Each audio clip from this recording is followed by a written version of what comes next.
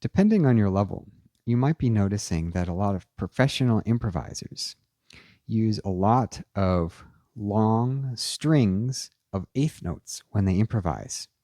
Now, you don't have to do this in order to sound great, but you may be noticing that that's something that a lot of really good improvisers do. They use a lot of long strings of eighth notes. So you might be thinking, how do I work on getting to a level where I can play long strings of eighth notes in a way that I associate with as being this sort of having this professional sounding quality to the way I improvise, being able to do those long strings of eighth notes. So I, in my past videos, I've made really a lot of videos where I talk about exercises you can do that will help you with this in all sorts of different ways, and I encourage you to check those out.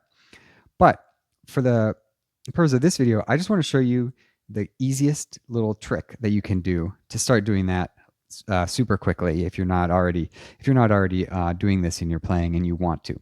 So, what is this? The simple trick?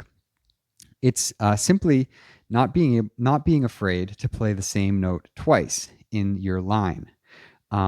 So a lot of improvisers they do all these sorts of patterns and enclosures and interesting, complicated things, but you don't always have to be doing those. A really great example I think of is Miles Davis. He plays a lot of lines where he'll simply like really be using a scale and often playing the same note twice in a row in his lines.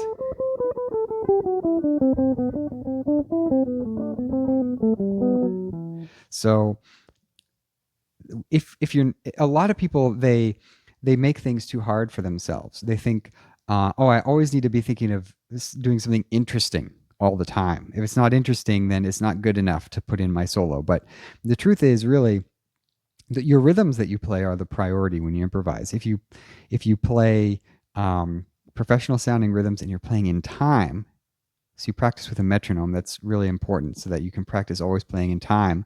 And not everything you play needs to be super interesting. So try and think about this. Think about playing with a metronome, playing in time. Work on playing long strings of eighth notes. And if you can't think of something interesting or it's like some cool pattern to play or something, that's okay. Because think about not being afraid to play the same note twice in a row in your line. So I'm going to just do a quick little demonstration of what that will sound like as soon as my metronome turns on. Is it dead? Nope, it's not dead. Okay. So just going to play some long strings of eighth notes like a lot of professional improvisers do. And just think about not being afraid to play the same note twice in a row. That will free you up to really be able to play the rhythms that you want to play.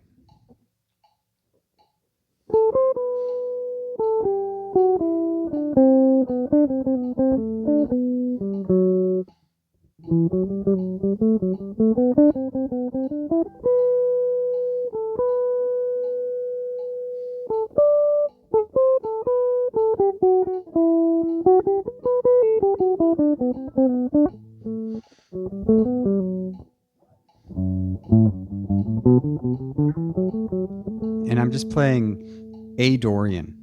I'm not doing any notes outside of A Dorian.